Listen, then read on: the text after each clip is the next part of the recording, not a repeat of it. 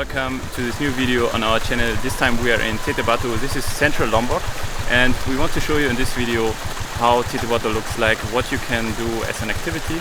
And you can see right behind me a big activity here is the rice plantation, and we want to show it to you in this little tour. But not just that, there are also other things you can expect when visiting Tete Batu. So let's go.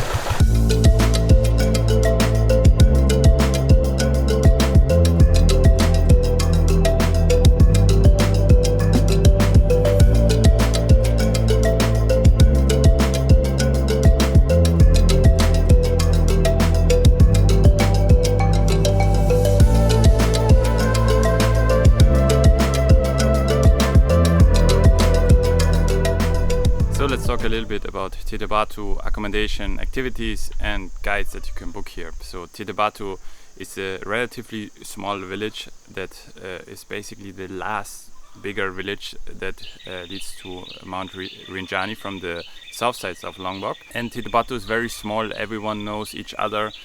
And there's no ATM, no supermarket. There are some kind of smaller shops, kiosks where you can buy some snacks and water, but you can get all of these also in your accommodation or in a restaurant. So there are multiple accommodation and restaurants that you can choose from. We actually stayed here in 2 accommodation. One was good, one was very good, and in total we stayed here 4 nights, and we would really recommend you to stay at least 2 nights to get a sense of Tete Batu here, because it's not a tourist place at all. So behind me you can see the rice fields, and this is one of our accommodation where we stay in one bungalow that views towards the Mount Rinjani volcano and the rice fields. And people actually work on the rice field every day, from early in the morning until the end of day. It's a very, very hard, very difficult job. So it's not touristic at all, like probably in Bali.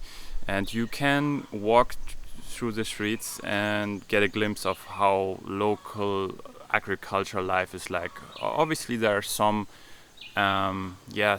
signs of tourism here, like you have accommodation, you have some restaurants, and you have a lot of tour guides that want you to show you through the rice fields and also around central Lombok.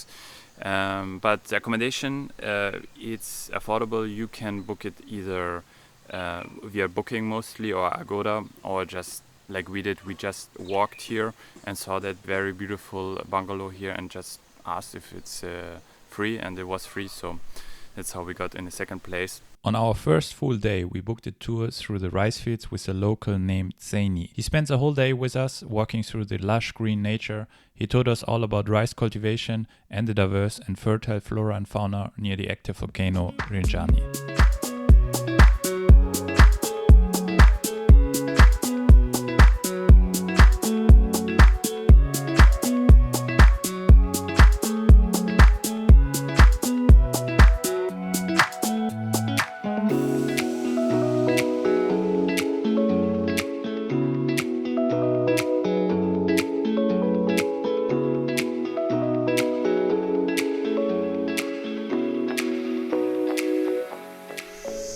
So now this is the national park.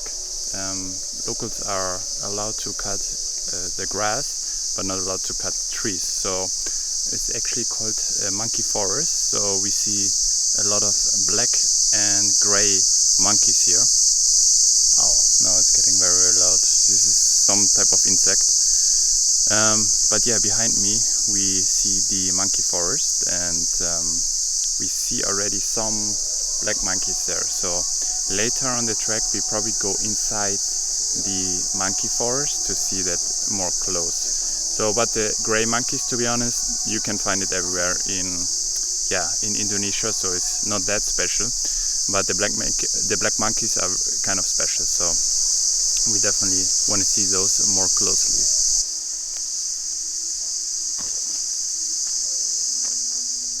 So we're now in the monkey forest and spotting some monkeys, and there's only one family living here, but our guide knows where they are, so we follow him and hopefully we see some black monkey, and I think we now have seen already one.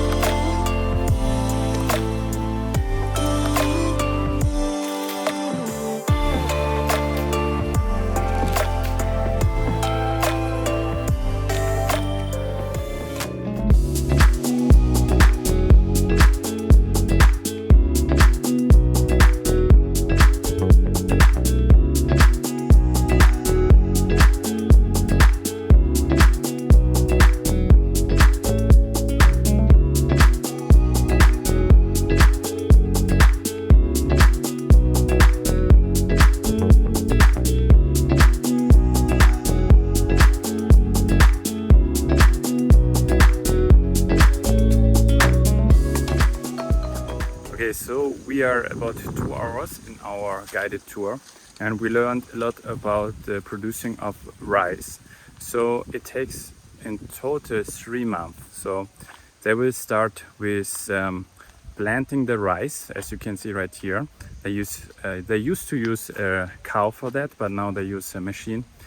And then after about 1 month, there's this so-called baby rice.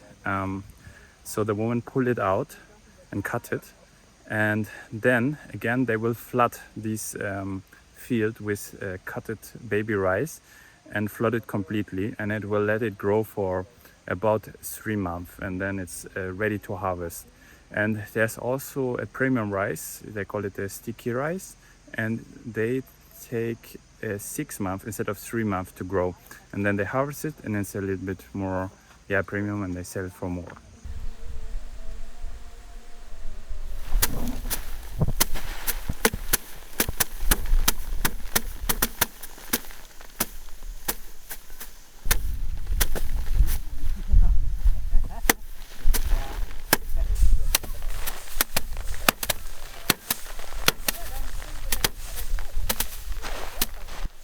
Hey, what did you just do? So this is harvesting rice, the last step in the process of consuming the rice. So I try to help a little bit, but these men are incredible. They probably do this the whole day. So, and the sun is very strong. It's a very hard job to do.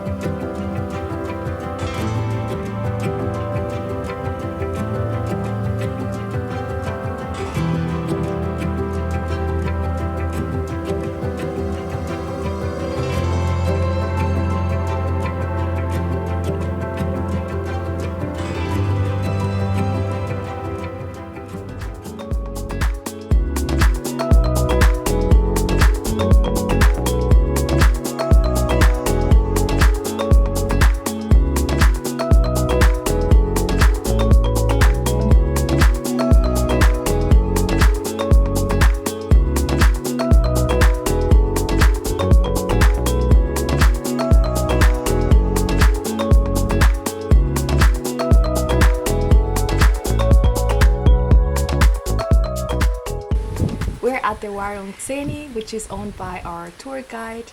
We have been walking through the rice fields in the morning, also went to the waterfall, and now we're very tired from the sun. So now we're going to have some lunch, gain some energy. We got some fresh jackfruit to try. This is the first time trying it. We had only tried it cooked already instead of basically plant-based chicken. Tastes very good, better than I thought. A bit crunchy even, if you can call it like that. I will try out the mango juice.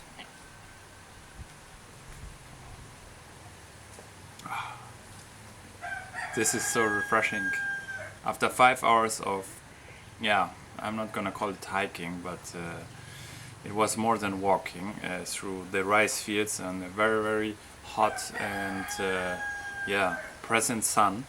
This is the way to go, in my opinion. This is all that I'm gonna say for now, because I'm so exhausted that I just want to relax for now until the food is here.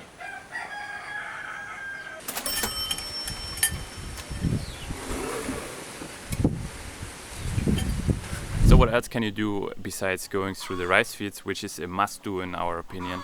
So you can take a tour to multiple waterfalls. The waterfalls are very nice, and some are farther away, takes about 1 hour. Some are right in the Tetebatu village. They are not that big, but you can also watch them. So that's also something you should do. And then there's a tour through the village nearby of Tetebatu, more in the central Lombok, where you can see a goldsmith, some local games. I will show now some B-roll of that local game because I forgot the name of it. Very interesting to see some handcraft, how they do like a sarong, or how they do like furniture or clothes with bamboo. It's very interesting to see. In our opinion, the rice field tour was the most authentic and is definitely a must do, and the other one is kind of optional.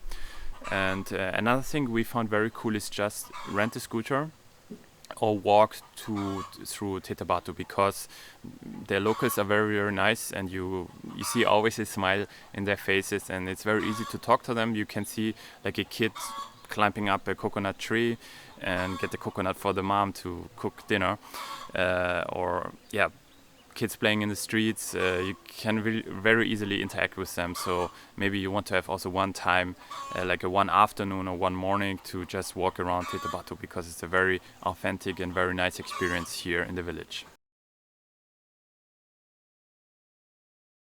On the next day, we rented a scooter and followed our guide Zaeni through central Lombok to visit some more touristy things and also visit the bigger Benang Kelambu waterfall.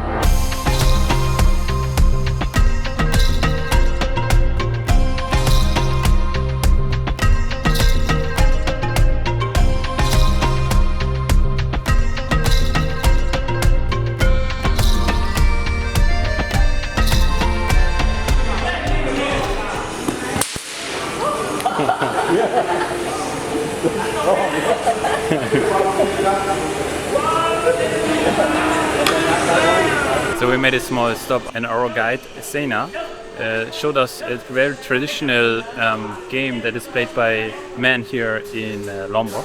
It's called guessing, and it really reminds me of Beyblade. So if you're my age, you probably are familiar about Beyblade. It's you basically play in an arena, and there's like these things that spin around, and you fight in this arena against each other, and the last Beyblade standing basically won. And this is very similar. They just make it for men basically, so they throw it with more power, and they're more or less more robust, so they are made of wood and steel. So, and he told me the rule is that if you want to join the game, you have to put your thing on top of another thing basically. I'm not sure how they call it here, but I just call it Gesen. You have to throw them while spinning on the top of another Gesen. And if you don't throw them there and don't touch with your Gesen the opponent's Gesen, you're out for the game. But if you manage to do so, ideally both of them will continue spinning, and the last thing spinning is actually the winner, and they can spin up to 10 minutes. So it's very amazing and very authentic experience to see that here in this small arena here.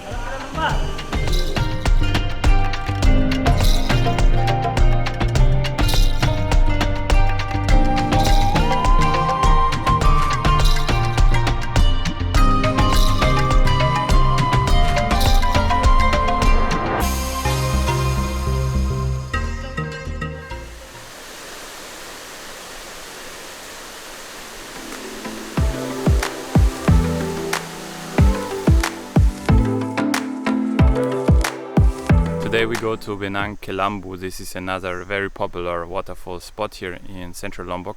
It's not directly in Tetebatu, but very close. So you go there maybe 45 minutes by car or by scooter, and there you have to pay a small entrance fee of about 45 to 50,000 rupiah per person, but then you can visit basically 2 waterfalls here, and they're very huge. And what is so special about them is also that it's very green and very lush, so it's very nice to go there, and it's a way better or way bigger than the one you can find in Tetebatu. So it's definitely worth a trip. Maybe you should plan half a day for that, because you can actually also go from Kuta or from Singigi here. But from Tetebatu it's like 45 minutes, and then you walk basically 50 minutes to the first waterfall, and then another 50 minutes to the next one.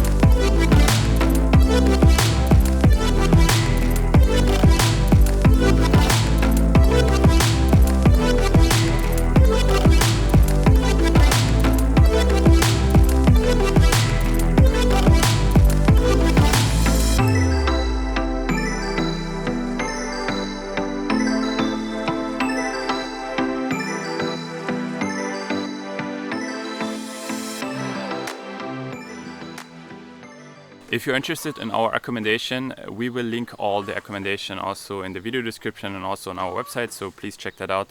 It's very, very nice place. We hope you like this video here of us traveling through Tete Batu and showing you footage about people working in the rice fields and showing you around town.